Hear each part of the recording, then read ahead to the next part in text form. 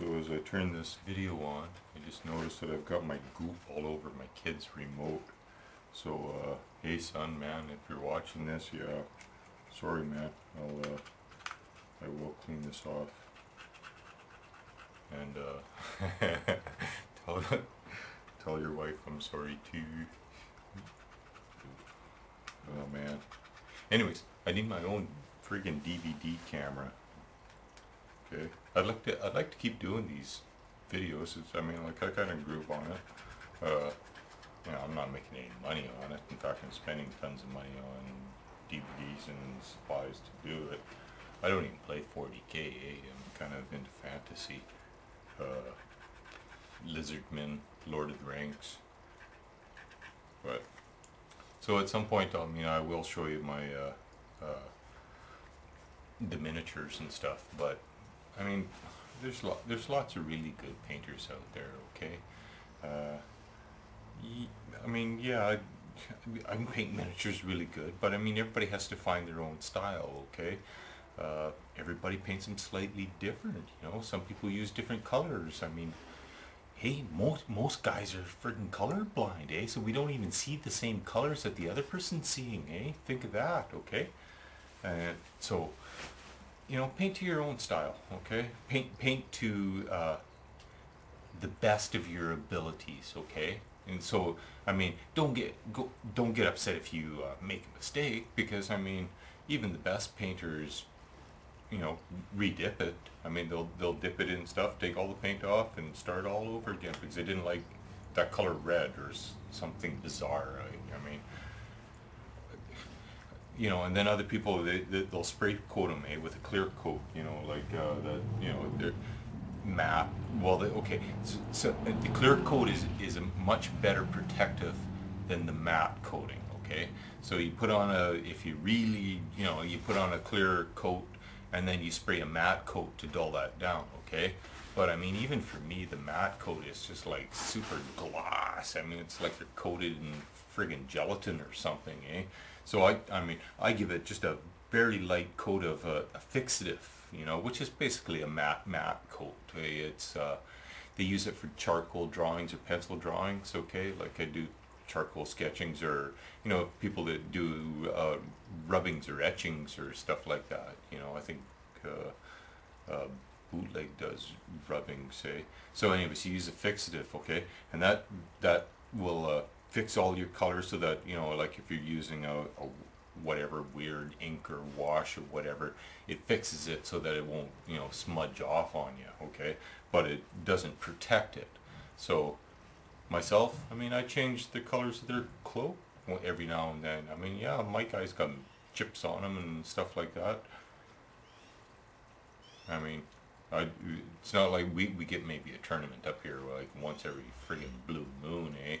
And they're never really advertised that a hell of a lot. I mean, I suppose it'd be different if I actually went into town once in a while, but I mean, I never really hear about it. So, anyways, I mean, so the quality of my guys, I don't care if they got a few chips on them. I just repaint them, eh? No problemo. Besides, you know, sometimes, you know, they'll get a chip on it, so I'll actually paint on a patch.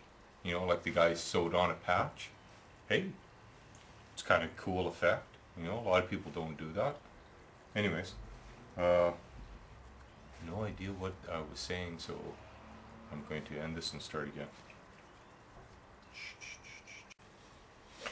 Okay, if people that are slightly intoxicated or, you know, with a healthy glow on really irritate you, you know, skip this segment because I've been sucking back some really nice scotch that my daughter brought me back from Alberta, eh? Yeah. Anyways, what was I going to say? Oh, yeah. I've seen people talk about the expense of this pink stuff, okay, or the blue foam. The pink is called Foamular, and the blue up here is called Styrospan. Okay, the blue stuff comes from Dow, and the pink stuff comes from Owens Corning.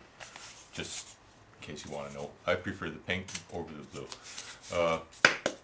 Cost-wise, you know, like holy crap, this is like, you know, umpteen $1 million, whatever sheet, okay. Just for comparison, so you know, up here, the pink stuff, which I get, used to, okay, 1 second, about $6.50 every ½ inch, okay. So comparatively speaking, if it's 30 bucks down in your guys' neighborhood, you're probably talking about a 2½ inch thick piece, okay? Because the ½ inch piece should only be anywhere from 5 to, you know, $8 maximum a ½ inch. Well, at least that's what I pay for it, okay? Yes, I'll send it to you if you really can't find it, but I mean, like, postage adds double. I mean, like, postage is flipping ridiculous. Oh my god. Like, you know, a 2 foot box of this, sending it down to Australia, can't do it, okay? Probably shrink it down to 20 inches high, but oh man, you guys would be looking at a couple $100, eh? Way cheaper if I rent a, you know, a 10 foot by 10 foot shipping container and fill it up full of all kinds of crap and send that down to somebody, okay? Anybody interested? Yeah, I'll send you crap. Anyway, so get the thinner stuff, okay? Like, if you, it depends on what you want to do, okay? What have I got here? 1 second. Let me pause this. Okay, back. Now, if you want to make something really thick, like, you know, something like this, say, where you're carving pillars in it, okay? And, you know, okay, so that is 2½ inch stuff.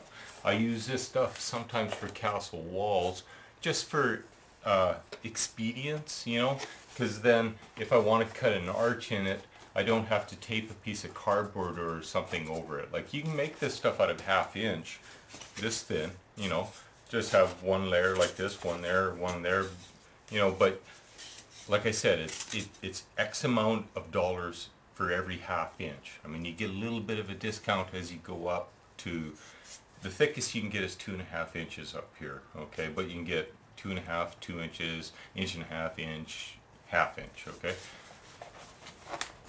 This stuff is 1 inch, and I think that stuff is 2½ inch.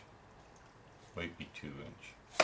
Either way, I mean, close enough. I mean, if you got 2 inch, go with it, okay?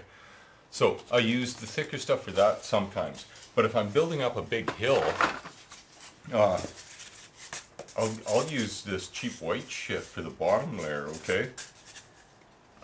You know, you get a piece of hardboard.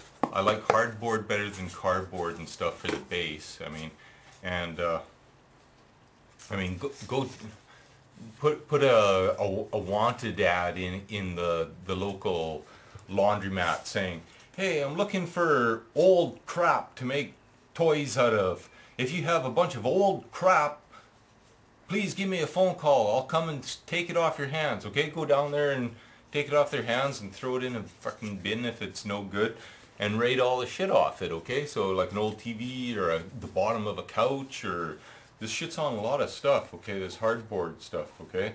The MDF looks kind of like it. There's some really thin MDF board, but it'll kind of warp and it'll crumble if it gets wet. This stuff won't, okay?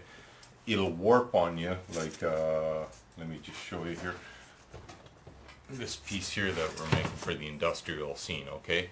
You probably can't tell, but it's slightly warped. Let's see if I can...